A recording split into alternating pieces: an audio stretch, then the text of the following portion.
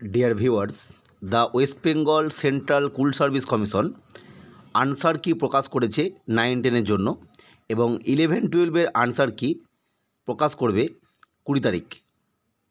এরপরে 20 তারিখ থেকেই আনসার কি রেসপন্স বা আনসার কি চ্যালেঞ্জের যে লিঙ্ক, যেটা স্টুডেন্ট লগ ইন পোর্টাল থেকে করা যাবে, সেটা ওপেন হবে। সেখানে তোমরা তো আনসার কি চ্যালেঞ্জ করবেই। আজকের আমাদের আলোচনার বিষয়, এই আনসার কি চ্যালেঞ্জ করতে গেলে কত টাকা লাগছে, অর্থাৎ ফিস কত দিতে হচ্ছে, ফিসগুলো কখন রিফান্ডেবল, কখন ফেরত দিয়ে দেওয়া হবে, এবং আনসার কি চ্যালেঞ্জের ক্ষেত্রে কোন কোন রেফারেন্স বা কোন রেফারেন্স দিলে সেই আনসার কিয়ের যে চ্যালেঞ্জ করছো সেটা অ্যাপ্রুভ হওয়ার সম্ভাবনা সবথেকে বেশি, বা কোন কোন রেফারেন্সই অ্যাকচুয়ালি চাওয়া হচ্ছে, সেই নিয়ে আমরা ডিটেলসে আলোচনা করব।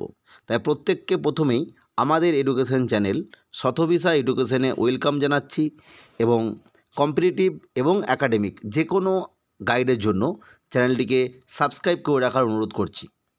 এরপর আমরা ডিটেলস নোটিফিকেশানের কিছু অংশ এবং রেফারেন্সের ক্ষেত্রে কী কী রেফারেন্স দিতে হবে সেটা আমি আলোচনা করব। আমরা দেখতেই পাচ্ছি যে প্রিলিমিনারি মডেল আনসার কি in connection with second SLST 2025 assistant teacher for classes level 9-10, অর্থাৎ 9-10-এর যে আনসার কি সেটা 2025 সালের যে গেজেট নোটিফিকেশান, যার সাবরুল 5-এর রুল নাম্বার 11 অনুযায়ী পাবলিশ হয়ে গেছে, এবং একই নিয়ম অনুযায়ী 20 তারিখ অর্থাৎ 20 সেপ্টেম্বর 11-12-এরও আপলোড হবে। এবং এই সমস্ত পেপারের যে আনসার কি সেটা চ্যালেঞ্জ করা যাবে বা আনসার কি রেসপন্স করা যাবে 20 তারিখ থেকেই, এবং চলবে 25 তারিখ অবধি। 5 দিনের সময় দেওয়া হয়েছে। প্রত্যেকটা আনসার কি অর্থাৎ প্রত্যেকটি কোশ্চেনের চ্যালেঞ্জের জন্য অর্থাৎ পার কোশ্চেন 100 টাকা করে ফিস লাগবে এই আনসার কি চ্যালেঞ্জ করতে গেলে। এবং ইম্পর্টেন্ট বিষয় যে এখানে দুটো অ্যাকাডেমিক অথেন্টিক রেফারেন্স দেওয়ার কথা বলা হয়েছে ওই আনসার কি চ্যালেঞ্জ করার সময়, যেটা স্ক্যান করে আপলোড করতে হবে। এরপরে বিষয়টা হচ্ছে, এই যে আনসার কি চ্যালেঞ্জ করার পর যে ফাইনাল আউটপুট, অর্থাৎ যারা বা যে সমস্ত সম্মানীয় স্যার বা ম্যাডামরা ওই কমিটিতে রয়েছেন তাদের যে ডিসিশান সেটাই কিন্তু ফাইনাল। তারপরেই কিন্তু ফাইনাল আনসার কি পাবলিশ হয়ে যাবে। এরপরে আমাদের যেটা মূল আলোচনা হবে আজকে, সেটা যে দুটোর যে রেফারেন্সের কথা বললাম, এই রেফারেন্স কোনগুলোর ক্ষেত্রে অ্যালাউ হবে এবং কোনগুলো দেওয়া সত্যি জরুরি, সেটা আমরা দেখে নেব। এর পরের স্লাইডে যে ইম্পর্টেন্ট বিষয়টা আমরা আলোচনা করব বলেছিলাম, সেটা হচ্ছে আনসার কি রেসপন্সের ক্ষেত্রে টু অ্যাকাডেমিক রেফারেন্স যেটা বলেছে, সেই রেফারেন্স কোন কোন বিষয়গুলো দিলে অথেন্টিক, জেনুইন এবং যেগুলোর ক্ষেত্রে অ্যাকসেপ্ট হওয়ার প্রবণতা বেশি, সেই বিষয়ে ডিটেলসে তোমাদেরকে দেখিয়ে দেবো। আমরা যদি আলোচনা সুবিধার্থে ধরে নিই, মিস্টেক যেটা বলা হচ্ছে, মূলত 3 ধরনের কোয়েশ্চেনে মিস্টেক থাকে। সমস্ত মিস্টেকগুলোকেই 3 ধরনের মধ্যে তুমি নিয়ে আসতে পারবে। একটা হচ্ছে প্রিন্টিং মিস্টেকস। প্রিন্টিং মিস্টেক বলতে কোশ্চেনটার যে বেঙ্গলি ভার্সেন এবং যে ইংলিশ ভার্সেন তাদের মধ্যে মিল নেই, এরকম হতে পারে।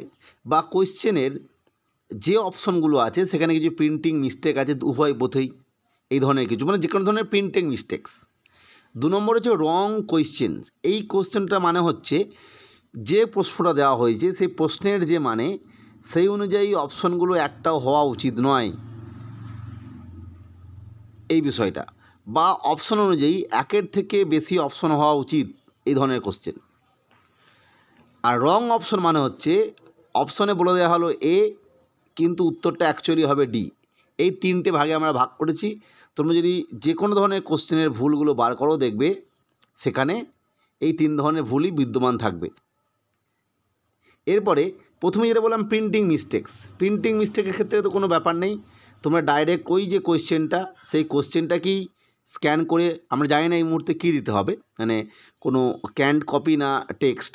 যদি স্ক্যান্ড হয় সেক্ষেত্রে অবশ্যই ওইটা স্ক্যান করে যে এই জায়গাটা ভুল রয়েছে উল্লেখ করে দিয়ে দিলে, এটা হলো বিষয়। এছাড়া যদি এরকমভাবে প্রিন্টিং মিস্টেক থাকে, দেখা গেলো প্রিন্টিং মিস্টেক অনুযায়ী উত্তরটা অন্য হওয়ার কথা, সেক্ষেত্রে তো রং কোশ্চেন চলে আসছে, সেটা আমি পরে বলছি। এবার রং কোশ্চেন বা রং অপশন যাই বলো না কেন, বিষয়টা সেই একই। অর্থাৎ তোমাকে বোঝাতে হবে যে এই প্রশ্নের উত্তরটা ওইটা হবে না, এটা হবে। ধরে নিই আমি একটা হিস্ট্রির কথা প্রথমে আলোচনা করি। হিস্ট্রির ক্ষেত্রে দেখা যাচ্ছে যেটা একটা কোশ্চেন নিয়ে বিতর্ক হচ্ছে, দেখছি অনেকেই বলছেন প্রথম সার্বভৌম রাজা সুলতান কে ছিল দিল্লি সুলতানে। সেক্ষেত্রে এই ধরনের কোশ্চেন যদি থাকে আর কি, এর তো একদম ডাইরেক্ট আমরা জানি যে ঐতিহাসিক নিদর্শন আছে, মানে ঐতিহাসিকদের কোনো বিবরণ আছে, সেই জায়গাটা তোমাকে দিতে হবে। কোনো হিস্টোরিক্যাল যে এভিডেন্সরা রয়েছে, কোনো ঐতিহাসিক কিছু বলে গেছে এই নিয়ে। যেমন আমি দেখছিলাম যে আর.পি. ত্রিপাঠী বলেছিলেন যে প্রথম সার্বভৌম যে সুলতানি সেটা হচ্ছেন ইলতুৎমিশ, এই যে ব্যাপারটা। সেক্ষেত্রে এই ধরনের যে অপশনগুলো রয়েছে, এই ধরনের বিষয়গুলোকে দিতে হবে। অবশ্যই সেই বইটা, যে বই তুমি এটা দেখতে পাচ্ছ, সেই বইটা স্ক্যান করে নিলে, অবশ্যই আমরা জানি না এই মুহূর্তে স্ক্যান করতে মানে টেক্সট দিতে হবে আর কি।